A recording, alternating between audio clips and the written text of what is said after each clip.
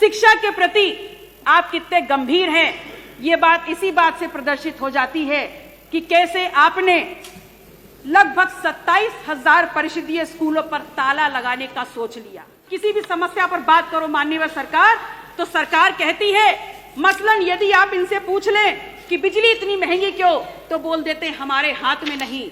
आप इनसे बोल दीजिए कि कैंसर रिसर्च इंस्टीट्यूट दे दो, तो बोलते जरूरत नहीं। आप इनसे बोलिए महंगाई बेरोजगारी कहां जा रही है, तो बोलते हैं कांग्रेस समाजवादी पार्टी छोड़ गई। और बाकी किसी और समस्या पे बात करो तो बोल देते हैं नेहरू गांधी माया मुलायम छोड़ गए। क्या ये भ्रष्टाचार नहीं है कि जहां तमाम धार्मिक स्थलों के लिए आप पैसे का आवंटन कर रहे हैं, वहां भगवान महावीर के 24 के 24 तीर्थंकरों के लिए, बौद्ध स्थलों के लिए, नानक देव के तमाम गुरुद्वारों के लिए, कबीर की किसी बैठकी के लिए आपने पैसे का आवंटन नहीं किया है। मान्यवर मुझे बोलने दीजिए, उसके बाद बोलिए। No please don't disturb in between, don't disturb in between, no don't disturb in between, you have no right, absolutely no right. जहां तक इस मेगा बजट का सवाल है और इस मेगा बजट के आकार का सवाल है, तो ये बहुत ही आकर्षक है। निसंदेह इसमें बड़ी बड़ी योजनाओं का उल्लेख है, मिलियन ट्रिलियन इकोनॉमी की बात हम कर रहे हैं। तो एक बात तो स्पष्ट हो जाती है कि आप सब माननीय प्रधानमंत्री नरेंद्र मोदी जी से जरूर इंस्पायर हैं कि अगर झूठ भी बोलो तो विजन बड़ा होना चाहिए। ये सरकार आकंठ भ्रष्टाचार में डूबी हुई है, इसलिए सबसे पहले भ्रष्टाचार की लड़ाई पे भारतीय जनता पार्टी की क्या नीति है, ये इस सदन में भारतीय जनता पार्टी की सरकार स्पष्ट करे। और ये बात मैं इसलिए बोल रही हूं क्योंकि समाज का चाहे कोई भी अंग हो, चाहे विकास का कोई भी आयाम हो, लेकिन भ्रष्टाचार एक ऐसा दीमक है जो साथ रहते रहते धीमे धीमे पूरे समाज को खा करके खोखला करने का काम करता है। और मुझे समझ में नहीं आता, बहुत दुर्भाग्यपूर्ण है ये कि जिस भी मजबूरी से भ्रष्टाचार और भ्रष्टाचारियों को आप प्रश्रय दे रहे हैं, मैं नेता सदन से कहना चाहती हूं कि इसका सीधे सीधे असर पूरे 25 करोड़ लोगों के हितों को प्रभावित करता है। खुलेआम मैंने ये मुद्दा इस सदन में उठाया, तमाम साक्ष्य, तमाम प्रपत्रों के साथ। और प्राविधिक शिक्षा विभाग के कर्मचारी भी चिल्ला चिल्ला कर कह रहे थे, लेकिन आप उस पर कार्रवाई नहीं करेंगे, आप उस पर बात नहीं करेंगे। और अगर सवाल पूछो तो नेता सदन क्रोधित हो जाते हैं। ठीक है, हम अपना दल बहुत छोटा दल है, लेकिन ये मुद्दा ऐसा भी नहीं है कि आपके डर से हम चुप हो जाएं। क्या ये भ्रष्टाचार नहीं है कि जहां तमाम धार्मिक स्थलों के लिए आप पैसे का आवंटन कर रहे हैं, वहां भगवान महावीर के 24 के 24 तीर्थंकरों के लिए, बौद्ध स्थलों के लिए, नानक देव के तमाम गुरुद्वारों के लिए, कबीर की किसी बैठकी के लिए आपने पैसे का आवंटन नहीं किया है। मान्यवर मुझे बोलने दीजिए, उसके बाद बोलिए। No please don't disturb in between, don't disturb in between, no don't disturb in between, you have no right, absolutely no right.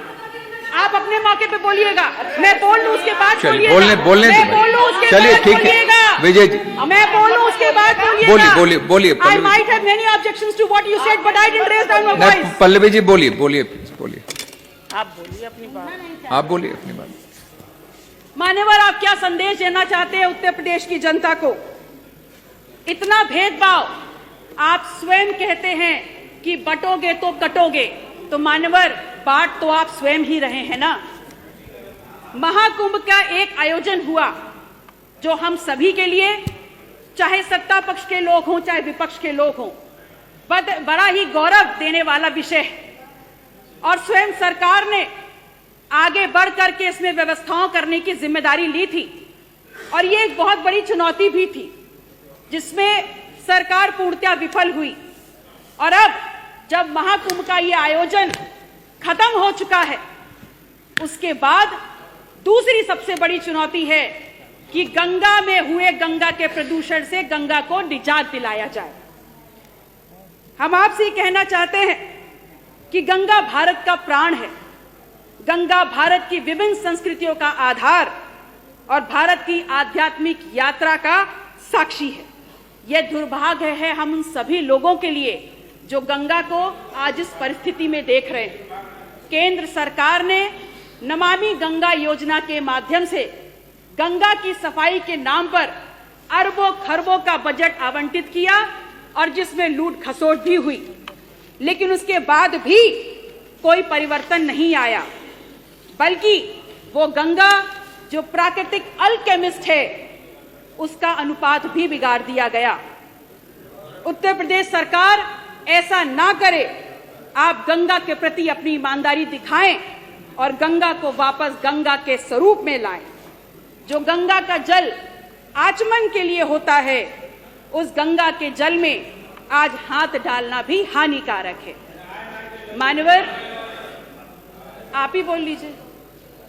बोलो, आप बोलो, बोलने दीजिए भाई। भारत अर्थात इंडिया एक कृषि प्रधान देश है और महत्वपूर्ण तथ्य यह है मान्यवर कि उत्तर प्रदेश जैसे विशाल और कृषि प्रधान राज्य में जहां जनसंख्या का 2/3 से भी ज्यादा हिस्सा खेती से जुड़ा हुआ है, आज वही किसान परेशान है खाद DAP के लिए, वही परेशान है आज बीज ना मिलने से, आवारा पशुओं के आतंक से परेशान है, तो रात दिन बढ़ते कर्ज से परेशान है, मजबूर है खेती छोड़ने के लिए और अंततः आत्महत्या करने के लिए।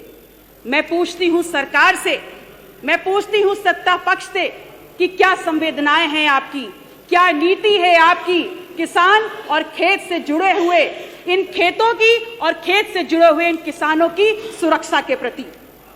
इस प्रदेश में युवाओं की क्या स्थितियां हैं, क्या परिस्थितियां हैं, ये किसी से छुपी नहीं है। हम ये जानते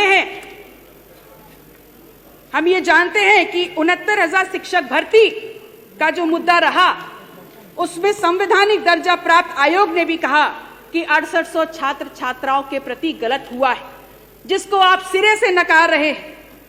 तो फिर एक बात का जवाब दीजिए कि इको गार्डन में जो 6800 बैठे हैं वो वहां पर क्यों बैठे हैं, इसका जवाब सदन आपसे मांगता है।